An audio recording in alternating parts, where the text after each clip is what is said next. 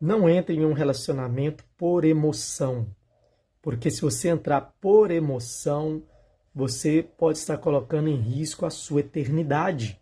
Por quê? Porque o casamento envolve a eternidade. Isso é algo muito sério, que muitas pessoas não levam em conta quando elas se relacionam. Quando você tem essa visão de eternidade, você é cauteloso com quem você se relaciona e principalmente com relação ao casamento. Casamento é uma instituição sagrada. O Novo Testamento todo fala de casamento. A igreja é comparada como a noiva de Cristo, Cristo como o esposo. Então isso é muito sério e sagrado, e o cristão, ele tem recomendações muito restritas com relação a casamento, divórcio e novo casamento. Deus abomina o divórcio, diz a Bíblia. Então Deus é contra o divórcio.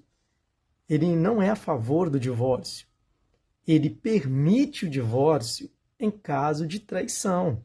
É o que está lá em Mateus capítulo 5, verso 31 e 32, Mateus 19, a partir do verso 1 ao verso 12.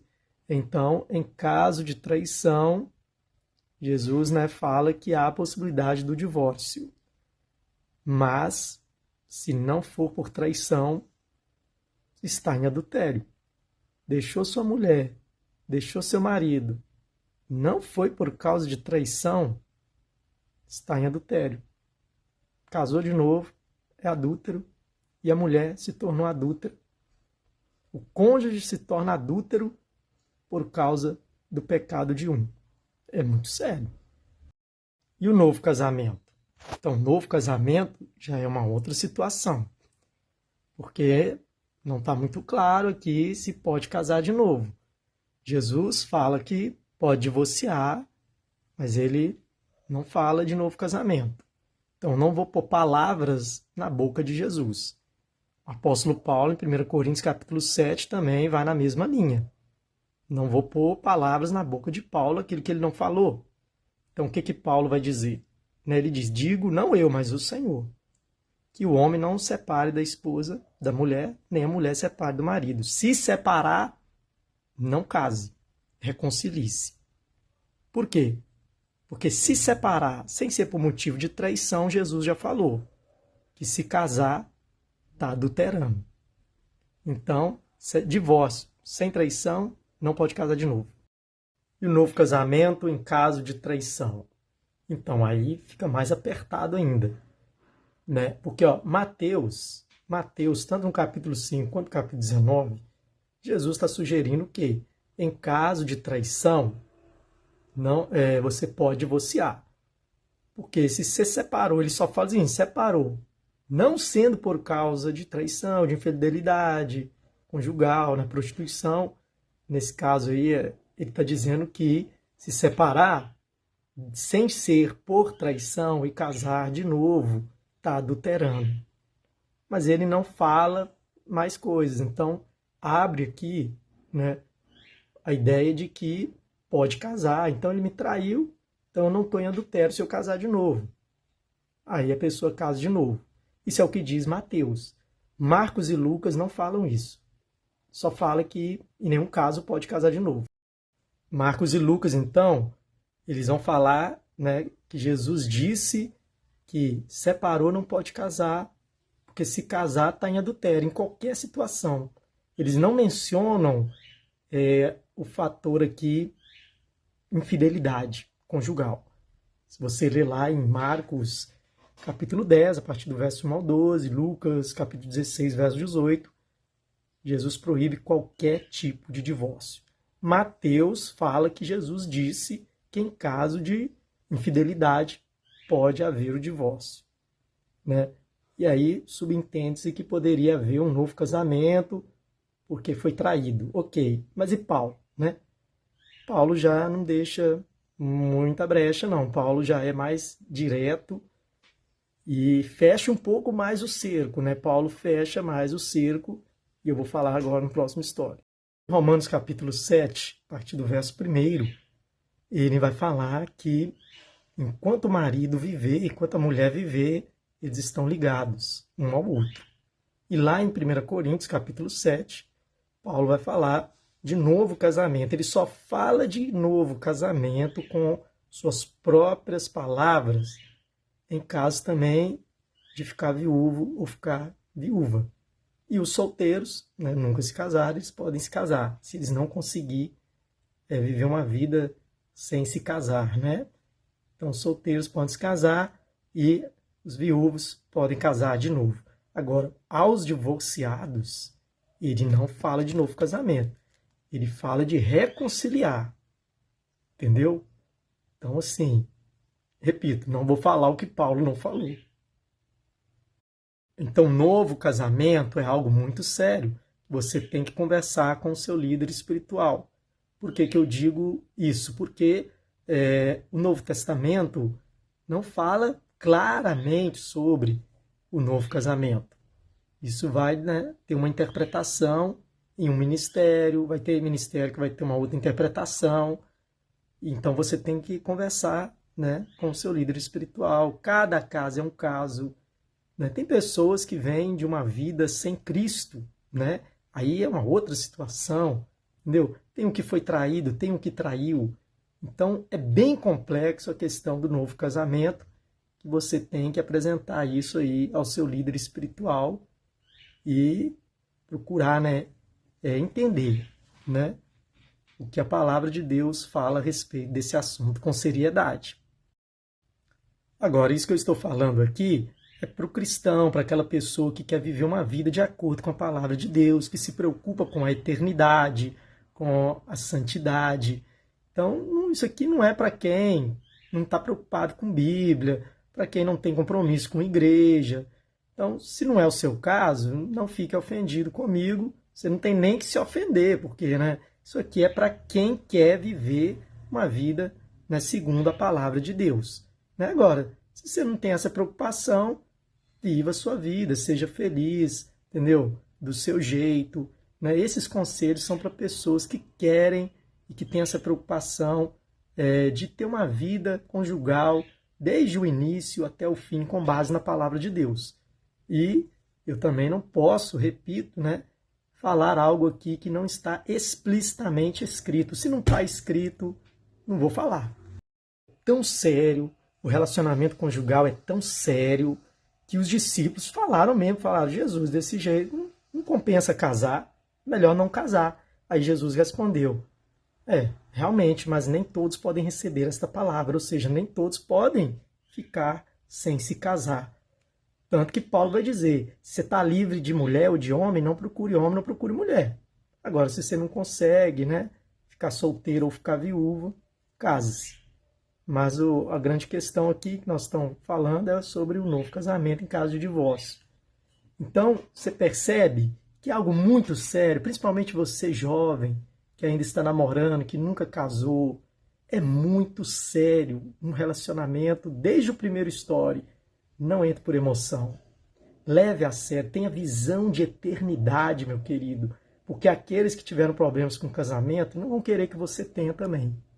Pessoas que não têm essa preocupação de eternidade. Porque, né, a Bíblia fala que os adúlteros não herdarão o reino de Deus. Então, se você começar errado, você vai ter problemas.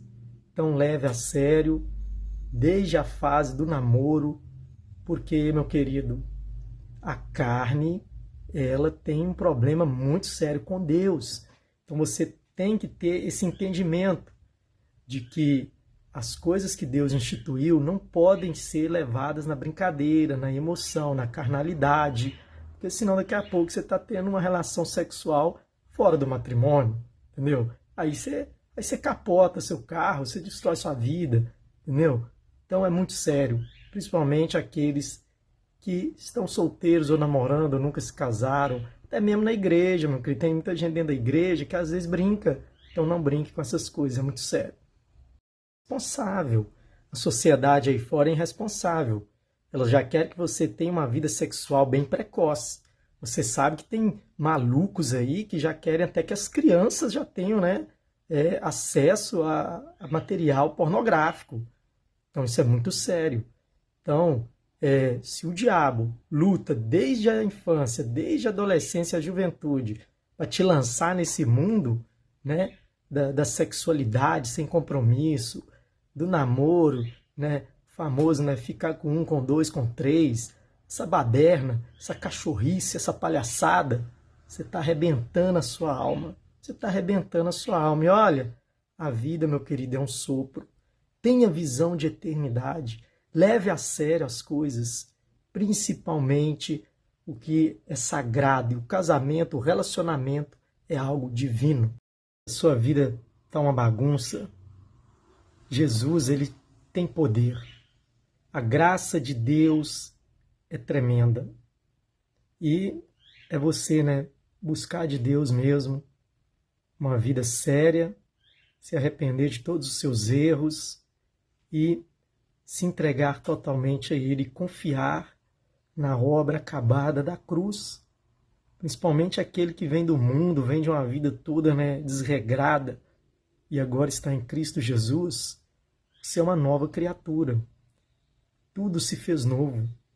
Então, leve a sério uma vida com Deus, se arrependa dos seus erros e procure viver em santidade de acordo com a palavra de Deus. Que Ele vai te abençoar, vai te perdoar e vai te ajudar, por mais complexo que seja a sua situação. Também a situação da violência doméstica. Foi me perguntado aqui no privado, eu achei interessante fazer essa história. 1 Coríntios, capítulo 7, no verso 15, Paulo vai falar que se o cônjuge descrente abandonar, né, o cristão, se ele não quiser mais, se ele se apartar, então, né, que o cristão se aparte. Então há a possibilidade do divórcio, né, ele até fala porque fomos chamados para viver em paz. Então, se não há paz, se a pessoa abandonou o outro, né, então há a possibilidade. E aqui entra a questão da violência, né? Porque se Efésios 5, a partir do verso 22, fala que o marido tem que amar a esposa como Cristo ama a igreja, se há violência doméstica, então já não há o amor. Então é uma situação grave, uma situação séria, que em muitos casos a pessoa tem que denunciar, tem que procurar proteção judicial. Então há essa possibilidade. Temos que ter muita cautela, não é qualquer briguinha que nós estamos falando aqui, não é qualquer briguinha de casal, não. Estou falando de violência doméstica, de coisas sérias, de coisas graves, que põem em risco mesmo, né, a integridade física da pessoa, a vida da pessoa.